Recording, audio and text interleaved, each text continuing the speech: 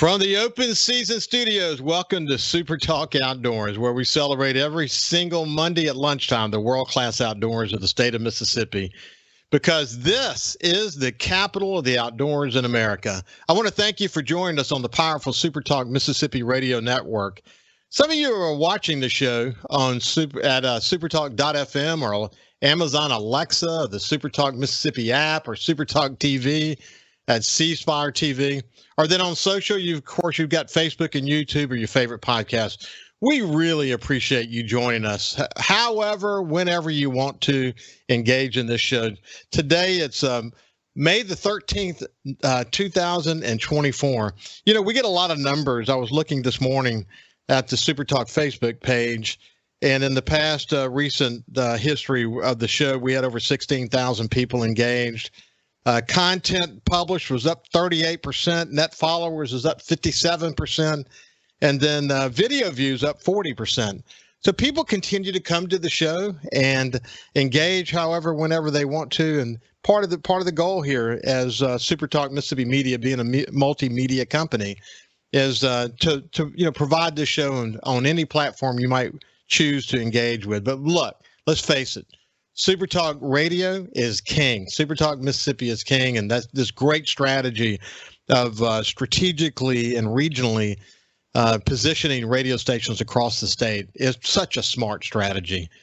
Hey, listen, we're going to jump right into the show today. I've got a great guest today, someone I've been really looking forward to chatting with. Ben Smith is the Assistant Athletic Director for External Relations and associate head coach of baseball at William Carey University. He's the author of a weekly outdoor column called Pinstripes to Camo and the co-host of Southern Draw podcast. You can see both of those at their Southern Draw website. Ben, how you doing, my friend? I'm good. I'm a little tired right now. We had some storms roll through the Hattiesburg area this morning about 4:00, and tornado alarms were going off. So I got up a little earlier than I had expected to. Yeah, I know. I saw some of the pictures that you shared. Hey, listen, was it straight line winds or was it a confirmed tornado? It was actually a confirmed tornado. And I think it came over our house about 4:00 this morning, and I don't think it was on the ground, but we had a little bit of debris in our yard. Fortunately, no damage to our house, but I think there were some other structures in the Oak Grove area that weren't as fortunate. Listen, it was a beautiful weekend on the Mississippi Gulf Coast, but it's an incredible contrast to look outside today and contrast that with Saturday. Saturday was a 10 on a scale of 1 to 10. Maybe it was more a 15 on a scale of 1 to 10. Right. It was a gorgeous day. Was it a pretty day up in Hattiesburg as well? It was beautiful Saturday. Got up. I couldn't paint a better day. Yeah, got up early and it was kind of cool, did my morning run. My son, Jordan, I talk about him on the show all the time. He's just an incredible outdoorsman, but he went floundering locally, and the water was so calm and the water was so clear. We found this light, incidentally. Kyle, show a picture of the light. We found this light from a guy in Texas, and it's an LED light, special LED light. And they're called Jerry's LED, and it's a really small light. It's only, I would say, maybe 5 inches across and then maybe 2 inches wide. But you wouldn't believe how this thing shines in the water. Here, I want to show you this really quick, just a couple of second video for people on YouTube and Facebook and SuperTalk TV. You'll be able to see the video, but you can see, look how clear that is right there, and that's a stick in a flounder. But look at that LED light, that little bitty LED light. Whether you're on top of the water or underwater, it really shines really well. Because we're always looking for our advantage when we're out floundering. Have you had the opportunity to do any floundering along the coast? I have. It's been a while. Now I've got to ask you, when you've got your light and you've got it attached to a battery, yeah, what do you carry the battery in? But it's a little small 12-volt battery, that you would, it's a really small one. And you put it in a backpack, put it on your back, you forget it's there. I've had one catch on fire on my hip before. Yeah. Did it get wet? No, I don't know what happened. It sparked, and next thing I know, I was on fire out there. So I didn't But hey, that's kind of how I roll in the outdoors. If it's kind of, what is it, Murphy's Law? If it's bad and it can happen, it will.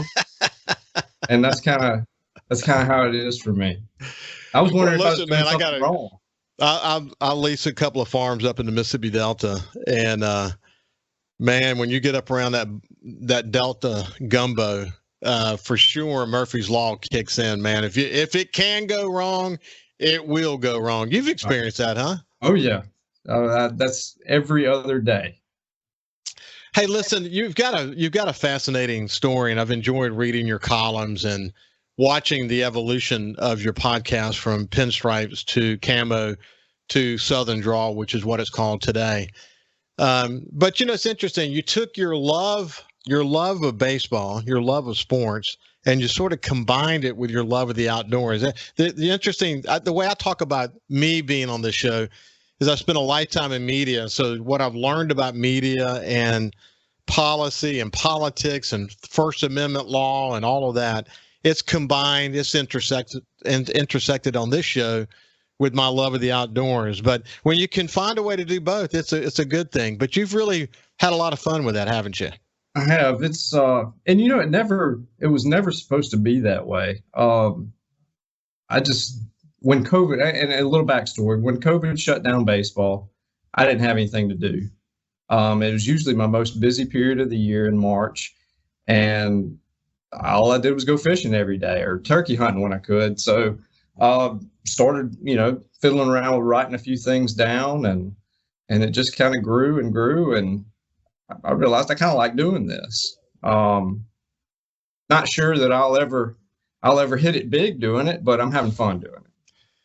Well, it's good, and what I've admired about you is that you have been willing to put kind of a stake in the dirt around certain issues. And I have, that's something I feel strongly about too. Listen, I don't want to talk about issues all the time.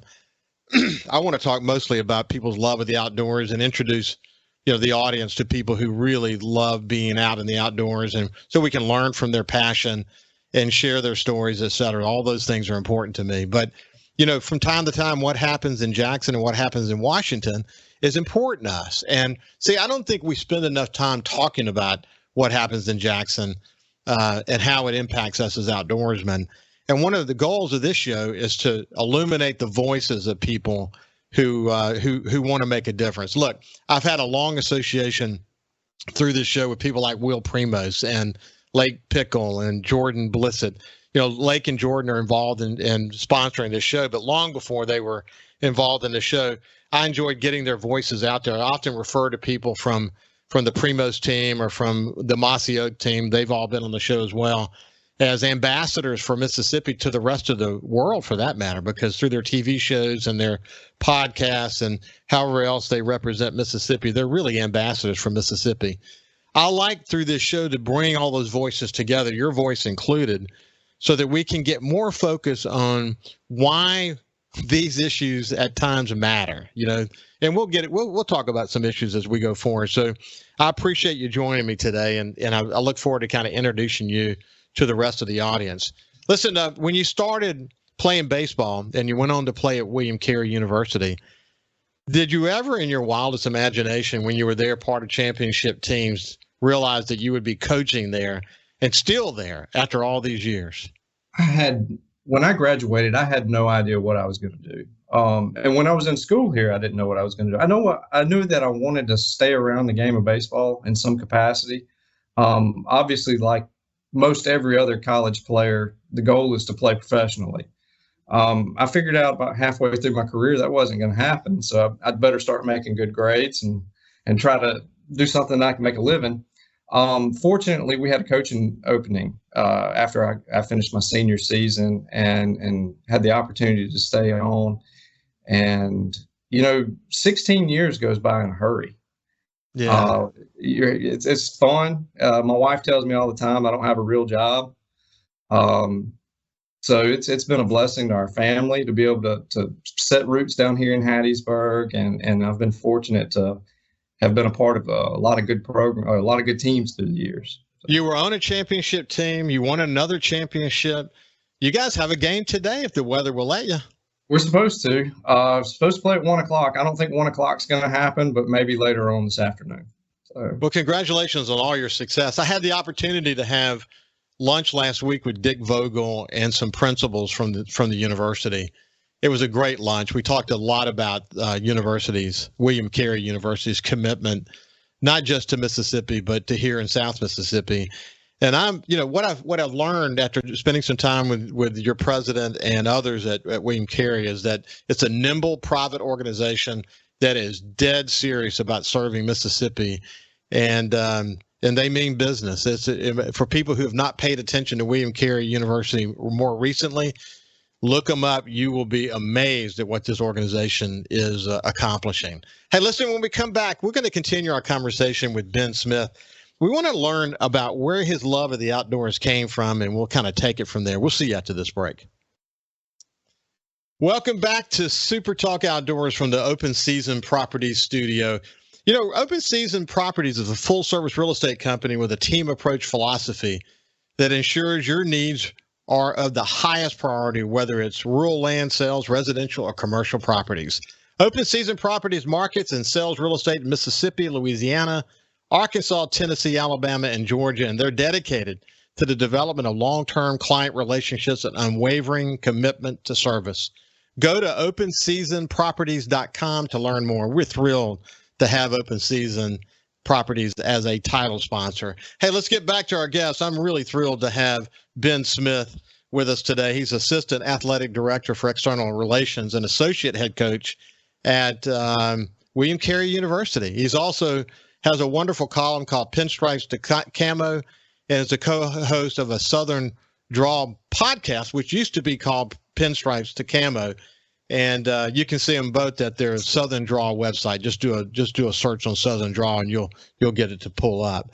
Ben, you also teach history, so you're kind of a jack of all trades, huh?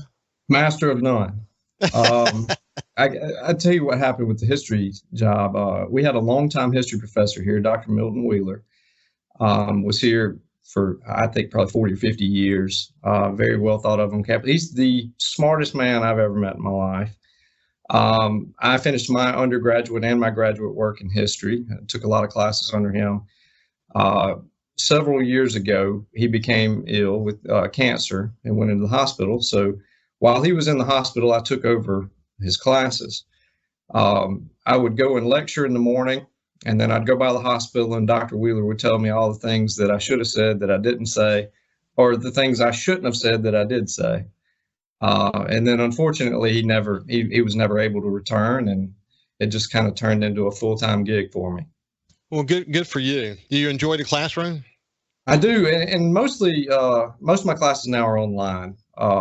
Since COVID, it made it easier, and then the other positions that I have on campus, it made it easier for me to just switch to full-time online for the most part.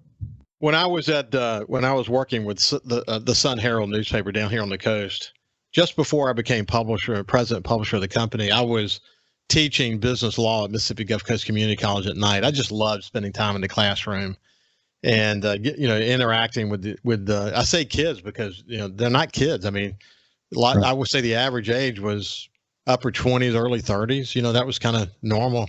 You experienced that too at William Carey, don't you? I do. I enjoy a captive audience. I've got you in a room and you can't leave. You got to be there and you got to listen to what I say. So I don't get many opportunities for that.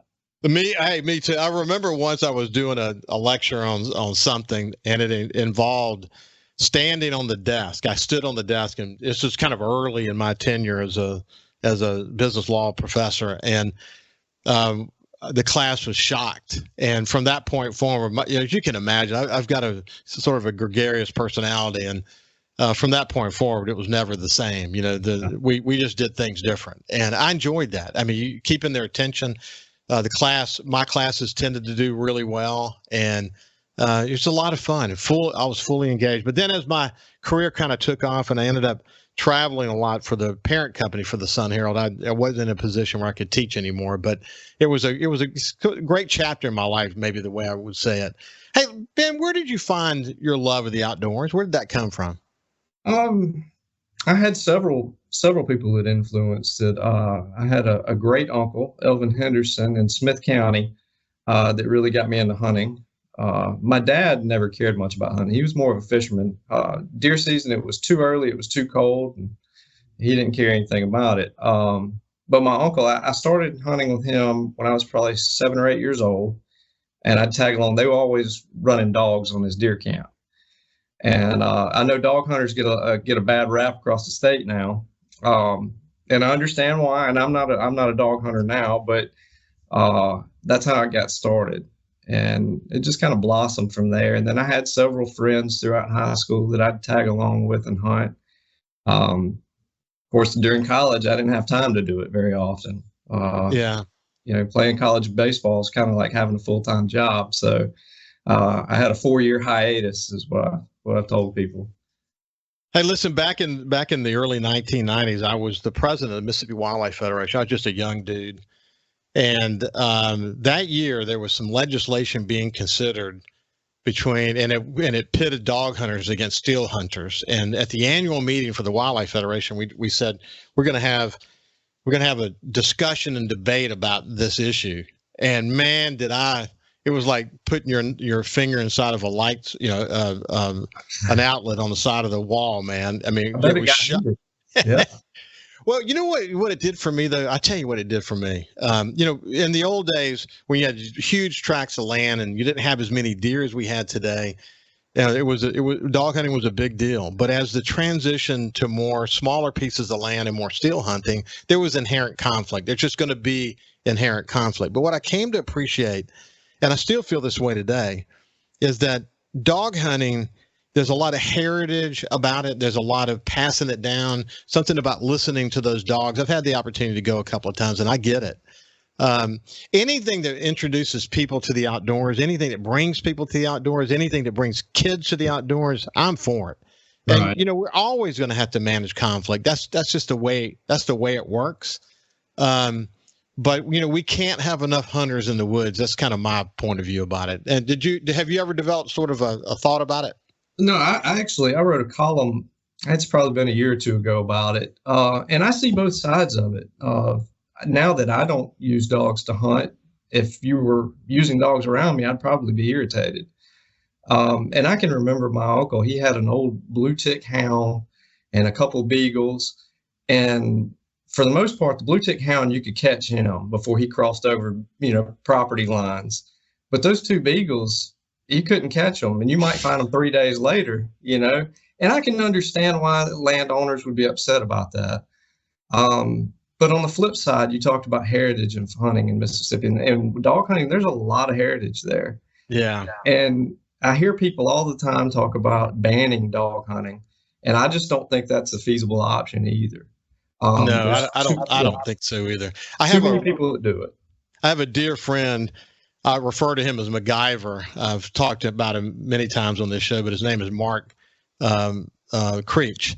And Mark, you can give him chewing gum and tape, and he can literally fix a diesel engine. This guy is so talented. You got to have somebody like that near you when you have a hunting camp. So he's been hunting with me many years. But I used to go up with him up in McLean, Mississippi, and they leased like 5,000 acres up there, and they would do man drives with dogs, and they would do dog hunting, and they would do steel hunting. Then what I learned is, they kind of peacefully coexisted. I was surprised at after all this activity in the woods, and then we go steel hunt in the afternoons and see deer. I mean, it was, deer just have a way of adjusting, they sure do. They really do. So, so you had that opportunity early in your life. What mostly did you lean toward in terms of what you enjoyed the most in the outdoors? I think I just liked being around people that were doing it. The different characters that you run across in the outdoors. I have met some people through the years that are very interesting people, especially growing up in Jones County and Smith County. We had our fair share of characters. So I think that's what drew me to it, was just being around the people. And then obviously the thrill of the chase, the thrill of the hunt, and having success at the end of it. I never want to get into where I have to kill something to enjoy it. I enjoy the nature. I enjoy watching squirrels and birds and how deer interact. Just the whole process. Yeah, me too. I'm with you there 100%. That it's about. I mean, if you get some meat for the freezer, that's great, whether it's fishing or hunting. But what people don't really appreciate who don't get hunting, what they don't appreciate is the opportunity to teach safety and responsibility and a love of nature and being out there and hearing it and seeing it for what it is. And it's something, man, it connects to your soul. Once you get a good dose of it, it's hard to disconnect from it. I can't get enough of it. I think it's the best way to teach kids about life and death. Yeah. There's really no, especially when you start talking about death, because we're all going to deal with that in our lives at some point, and nothing really prepares you for that better than maybe hunting. And the understanding of it. Well, listen, I can't, I've got grandkids now, and I love spending time in the woods with my grandkids, just walking around, looking for signs and walking through a stream and, collecting rocks and whatever, man. I mean, the more the merrier. And what I find in all of them is they can't wait to get back on the boat or back up at the camp. And, I think they're all connected now, and they will be for the rest of their lives. That's for sure. Hey, when we come back, we'll continue our conversation with Ben Smith. We'll see you after this break. Welcome back to SuperTalk Outdoors from the Open Season Properties Studio. Are you looking to purchase that perfect piece of hunting property, upgrade your farm equipment, or have you been dreaming of owning your slice of heaven out in the country? Look no further than Mississippi Land Bank for your financing needs. For over 100 years, farming families and landowners in North Mississippi have turned to Mississippi Land Bank for all kinds of financial solutions, whether it's land, equipment, or livestock. For more information, visit mslandbank.com or go by and see one of their friendly staff at any of their offices. Mississippi Land Bank. Hey, let's get back now to our guest, Ben Smith. Ben Smith is actually a coach at baseball at William Carey University. He's also a history teacher there. But he has a terrific podcast. He writes a column. And one of the things I mentioned at the beginning of the show that one of the things I want this show to be is an opportunity to give voice to people who are paying attention to what's happening in the outdoors community. And this could be a place where we sort of all come together and talk about what matters. But so let's get back to your column in particular, pinstripes to camo. You've got a good writing style about you. I come from the newspaper industry, so been around writers, Pulitzer Prize winning writers for most of my career. You seem to enjoy doing that column. I do. There's always something different to write about. Now, I'm not saying I don't ever get writer's block, especially in the middle of the summer when it's 110 degrees every day. And I'm like, man, there's nothing to do. But I tell you, the best thing about the column is that it's given me the opportunity to hunt and fish more because I have to get content. That's the way I've pitched it to my wife anyway. Said, look, I've got to go hunting. I've got to have something to write about this week. So, but I've enjoyed doing it, and I never thought that it would get to this point. It was really just going to be a blog that I put out once every couple of weeks or month. And the first time that it was published in the newspaper was the Pine Belt News here in Hattiesburg. And Andrew Abity was the editor, and he called me. Phil DeFato wrote a column for years for him. And he was I think he was trying to get into retirement. And Andrew Abity called me and said, we want to run your column. And I'm thinking, well, once a month, once every 2 months. He said, no, man, every week. And I thought, boy, I'm going to get to go hunting and fishing a lot. Hey, listen, when I was publisher of the Sun Herald, we started a monthly product called South Mississippi Outdoors. And I wrote a column for it. And of course, I was publisher of the newspaper and president of the company. And even then, being married to a monthly column seemed incredible. And now I have a show on the coast that's every day, and I have SuperTalk Outdoors that's every Monday. To me, I look at it these days in retirement as kind of a gift because it gives me the opportunity to visit with people like you and be able to, talk about things that matter to us. But my wife, Ann, man, listen, here's kind of a quick funny story. She's a Bohanovic, half Croatian, half French, from the point of Biloxi. And as I was growing up, I said, if I ever meet a girl who knows how to rig a cigar minnow on a sea witch, which is how you catch a king mackerel fast trolling, I'm going to marry her. And sure enough, the day I was in the boat with Ann and she was kind of working the cockpit, I'm like, man, I am definitely going to marry this girl. And we obviously did get married, but she knew going into this that, when it's winter time and it's working toward the fall, we got preparations to do to get ready for hunt season. We're going to spend a lot of time at hunt season, and in the summertime, starting in later part of May, we're going to be going offshore a bunch. In February, we're going to run offshore to see if we can find tuna. But she's used to that cadence, That's just the way it works in my house.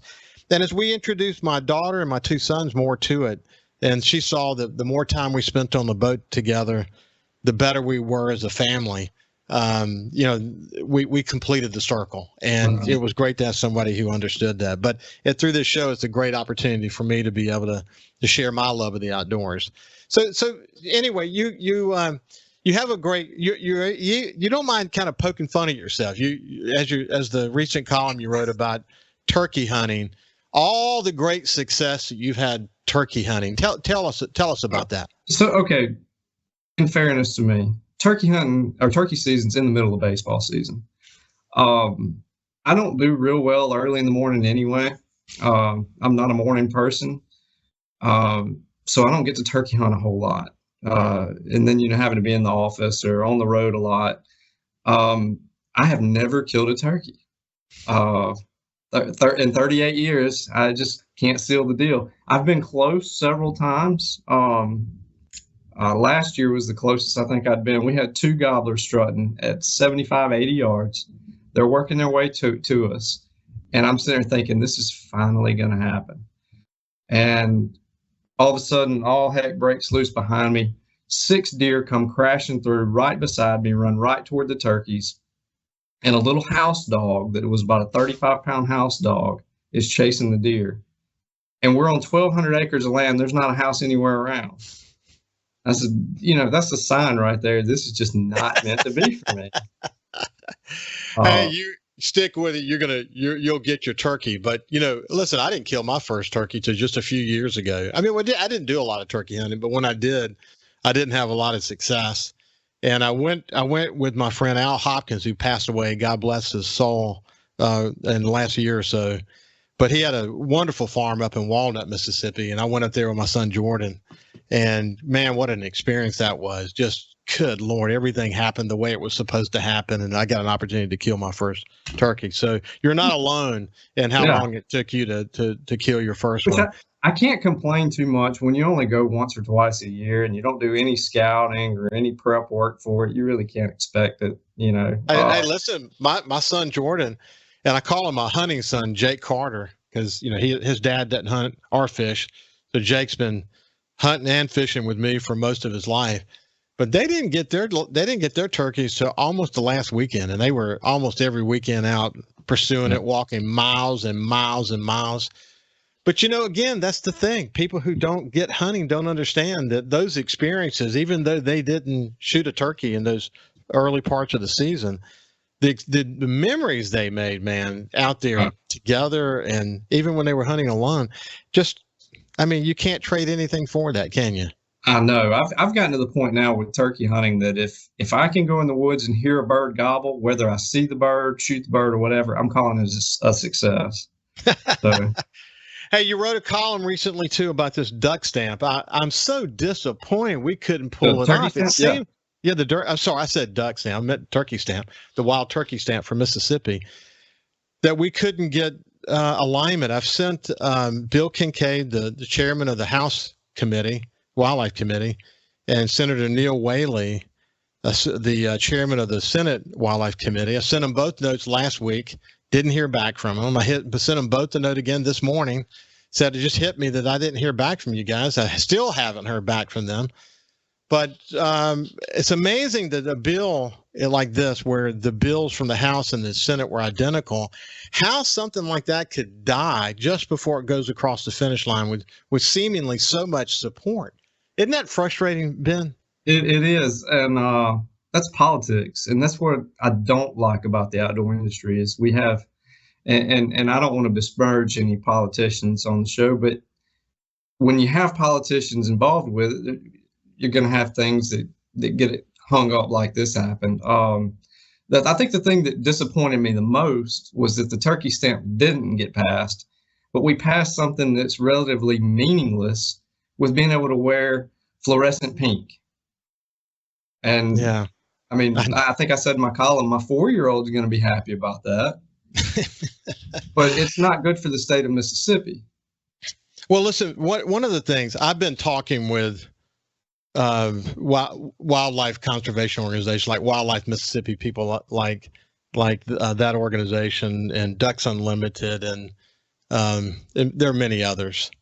But I have a frustration, and that is that we're not watching the process close enough on a day-to-day basis. We're not watching it close enough. And look, there are special interests out there, and we won't get into all that today, but there are special interests out there that have lobbyists that are literally there every single day developing relationships with these committee chairmen and these committee members and members of the legislature. And we've got to have somebody who cares about hunting and fishing there on the ground every single day, watching these kinds of things, shepherding bills like the wildlife turkey stamp through the process. Other things happen. Other things happen, and then they get adjusted at the end, and then the other things. A bill goes in as this, and it gets completely changed, and it becomes that. And oftentimes, if you trace it back, there's some special interest somewhere that didn't want that to happen, and they kill it.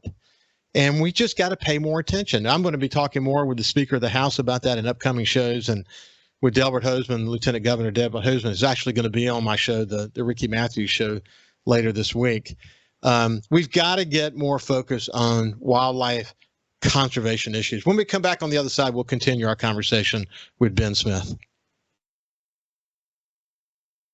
Welcome back to SuperTalk Outdoors from the Open Season Property Studio.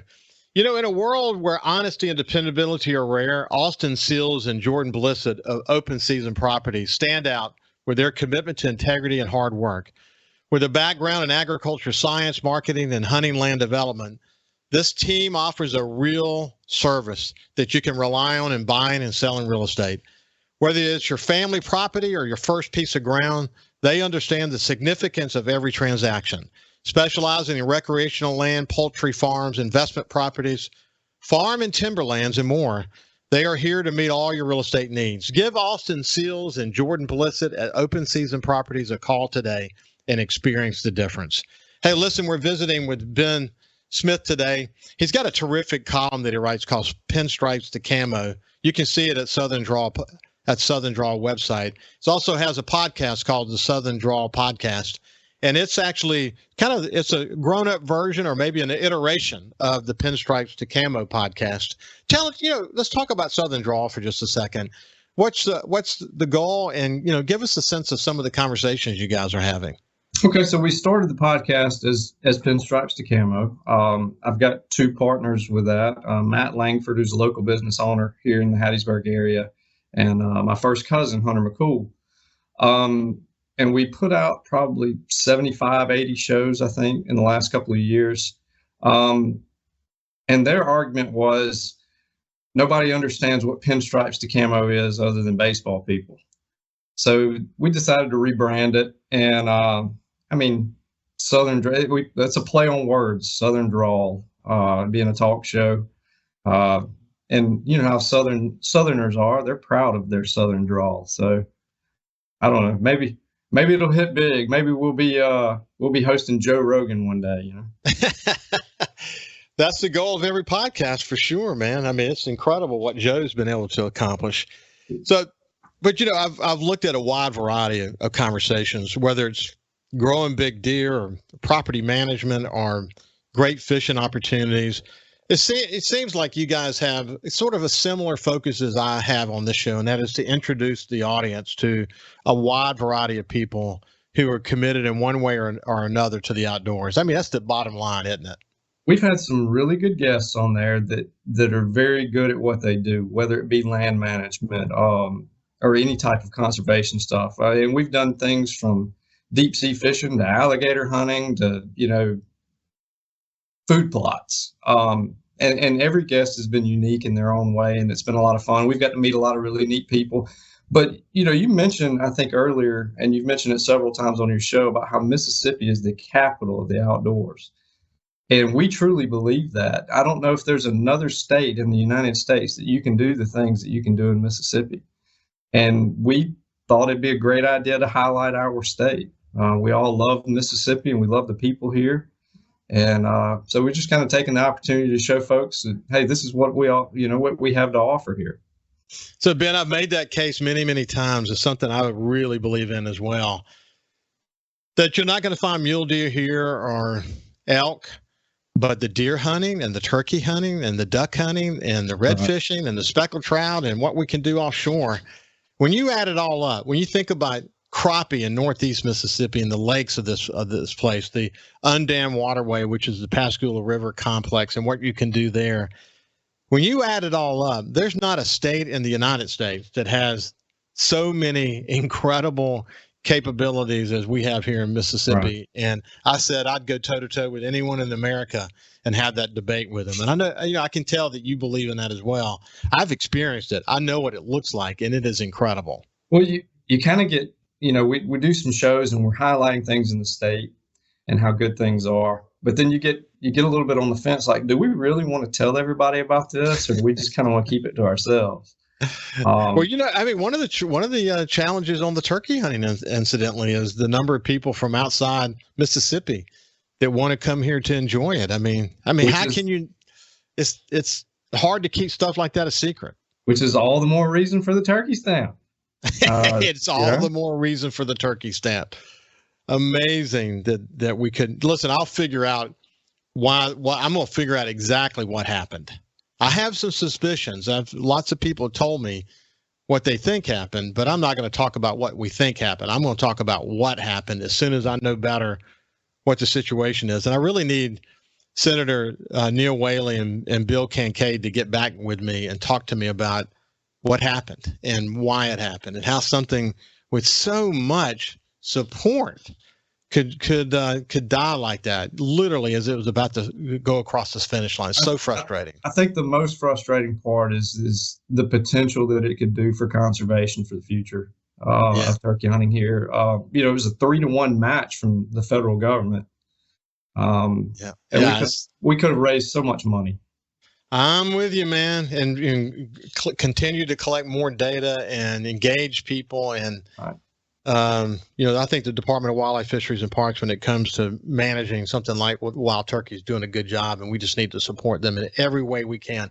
Ben, we're out of time for today, but listen, I can't wait to have you back. You've been a terrific guest. Thank you so much for having me. I appreciate you. It's been a pleasure. This has been Ben Smith. Listen, have a great day, and as I say always, when you're in the outdoors, stay safe. Always put safety first. God bless you, and we'll see you next week.